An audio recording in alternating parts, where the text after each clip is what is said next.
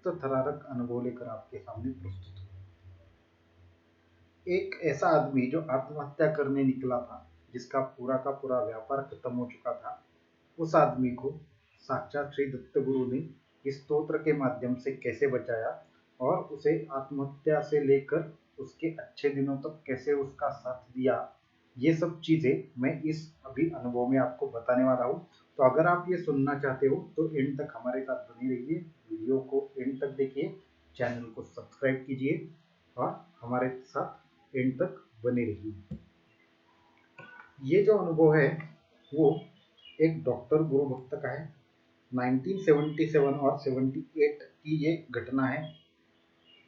उससे पहले 48 ईयर्स तक वो गाणगापुर को श्री स्वामी नरसिंह सरस्वती जी की जो पादुका रहती थी उसके दर्शन को वो हर अमावस्या और पूर्णिमा को जाते थे।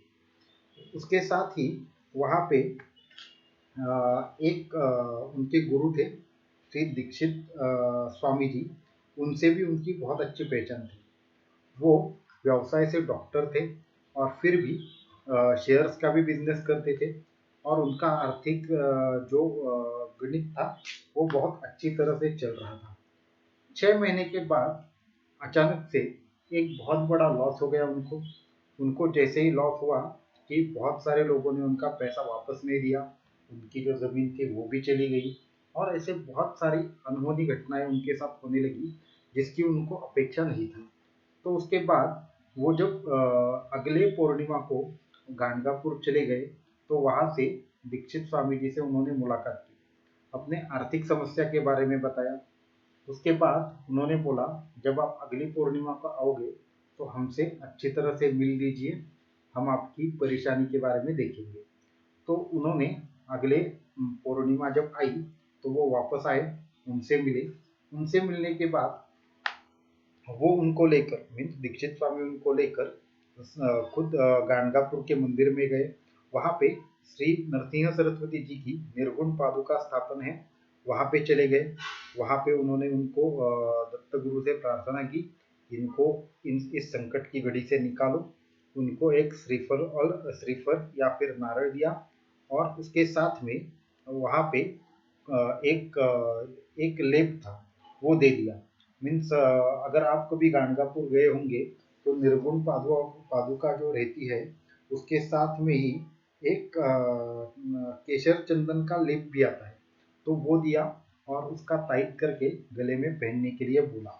उसके बाद उसके साथ में ही वहाँ पे बोले कि आप परमहंस परिव्राजकाचार्य श्रीमद टेम्बे स्वामी महाराज जी का घोर कष्ट उद्धरण स्तोत्र का पाठ चालू करो और 6 महीने के अंदर आपकी सारी समस्याएं हल हो जाएगी।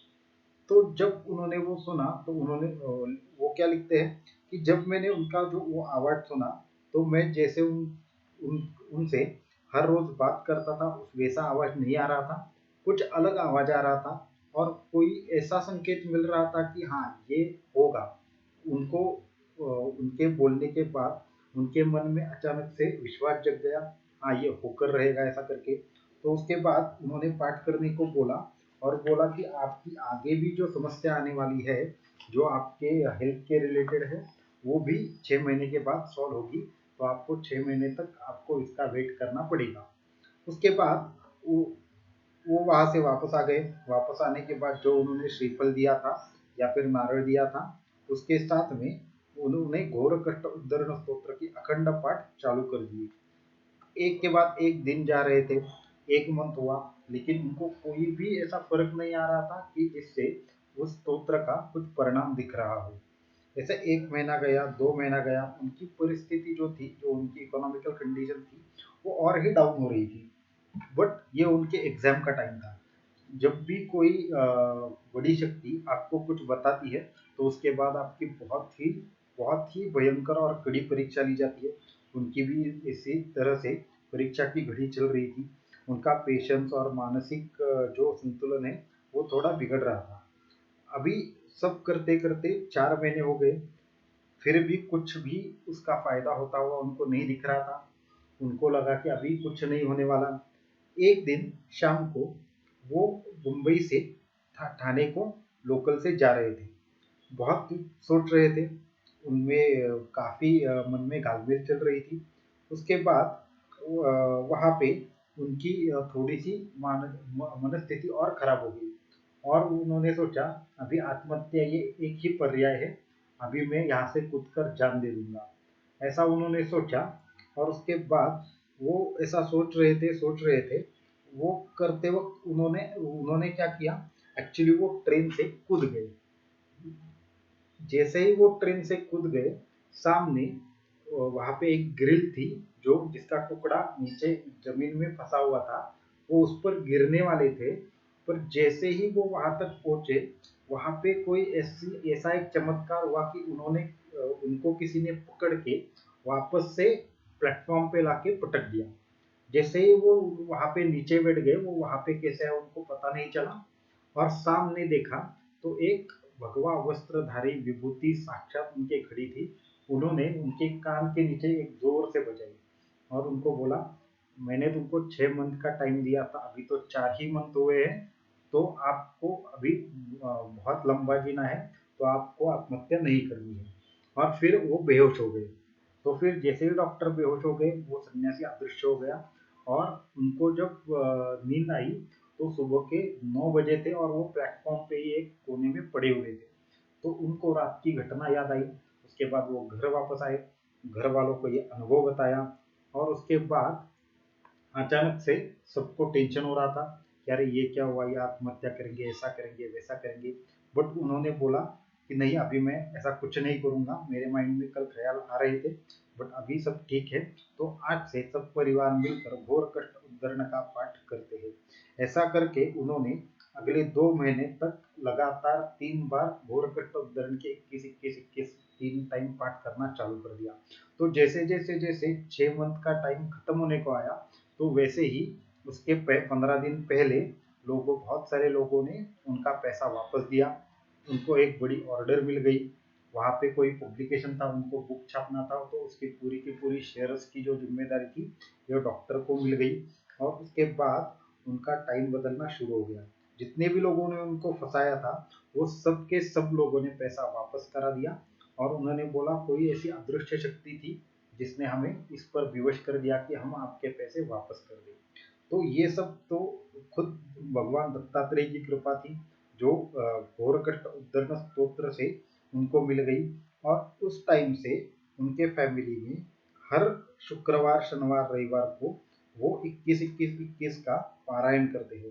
तो इसमें हमें समझने वाली बात यह है कि आप एक तो संकल्प करोगे, वो संकल्प के पूरा होने तक खुद भगवान दत्तात्रेय आपके साथ तो रहते हैं, बट आपकी परीक्षा भी होती है। इसके लिए जब भी आप कोई ये चालू कर दो, तो आपको क्या करना है, इन परीक्षाओं से डरना नहीं है, इनसे सामना करना है, इनसे सीखना है। ये सारी अड़चने हैं वो खुद ब खुद समाप्त हो जाती है।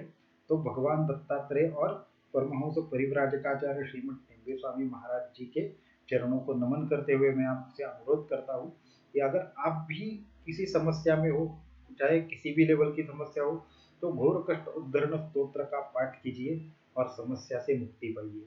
ये एक ही भक्त का अनुभव नहीं है, ऐसे हजारों अनुभव मेरे यहाँ पे लिखित तौर पे पड़े हुए हैं और उनकी एक ग्रंथ भी हो सकता है। तो इसके लिए इस स्तोत्र की महिमा जितनी भी मैं बोल सकूं उतनी कम है। एक्चुअली इसका जो भी पाठ करेगा, उसको उसका अलग अनुभव मिलेगा। तो ये खुद ब खुद एक स्तोत्र से श्री दत्त गुरु हमारे साथ कनेक्ट होते हैं। इसके एंड में भी लिखा है, धर्मे प्रीतिम सन्मतिम देह भक्तिम सत्संगाप्तिम देहि मुक्तिम च मुक्तिम भावासक्तिम चाखिलानंद मूर्ते घोरात कष्टात उद्धरास्मान नमस्ते।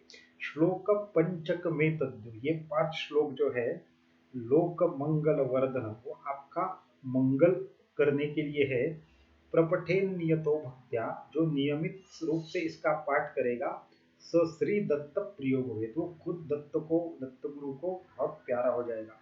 तो मैं क्या बोल रहा हूँ कि बाकी सब चीजें करने के बजाय अगर आप खुद ब खुद ये करोगे, तो आपके जीवन की सारी समस्या खुद दत्त गुरु अपने ही हाथ से सॉल्व करेंगे, आपको मार्गदर्शन करेंगे।